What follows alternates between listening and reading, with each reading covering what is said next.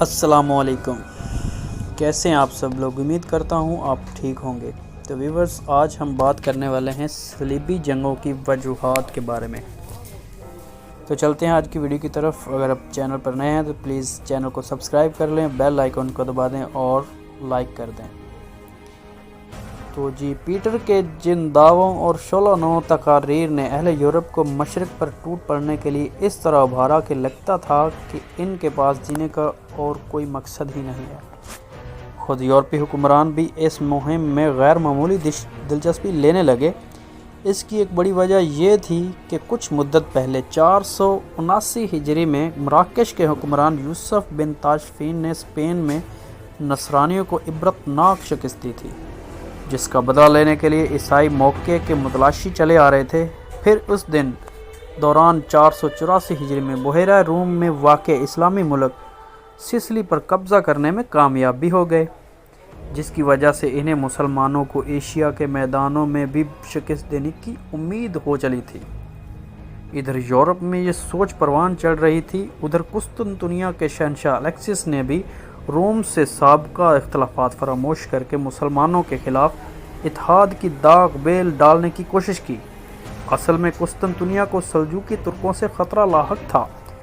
463 ہجری میں نامور سلجوقی حکمران الپرسلان نے قسطنطنیہ کے قیصر رومانوس دیوجن کو ایسی شکست دی تھی کہ قسطنطنیہ کا دم لبوں پر آ گیا تھا۔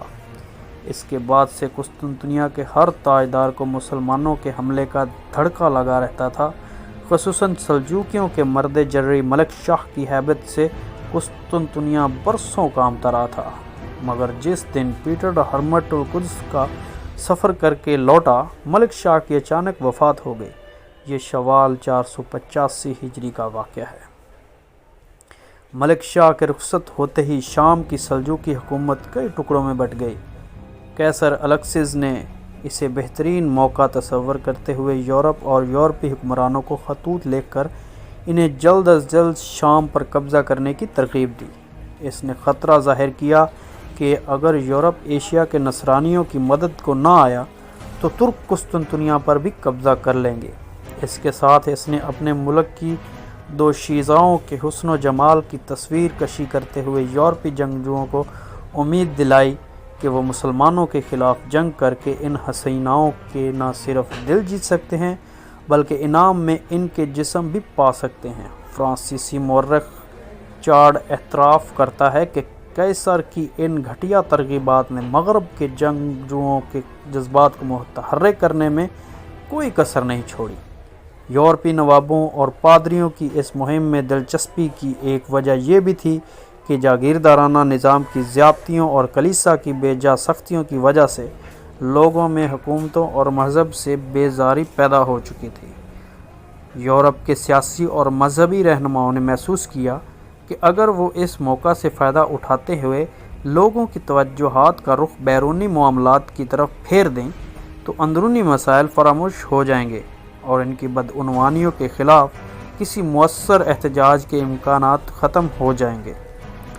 اونچے گھرانوں کے عیسائیوں کی اس مہم جوئی میں دلچسپی کا ایک سبب یہ تھا کہ فارغ اور بے مقصد زندگی گزارنے والے کم ثروت عیسائی شہزادوں کو جاگیروں کے لیے نو آبادیات کی تلاش تھی، جبکہ یورپی تاجر نئی منڈیوں کی جستجو میں تھے۔ مسلمانوں کے خلاف جنگوں کا سلسلہ ان مقاصد کے حصول کا اچھا بہانہ تھا۔ عام لوگ پادریوں کے بھڑکانے کی وجہ سے اس مہم میں شرکت پر آمادہ ہوئے۔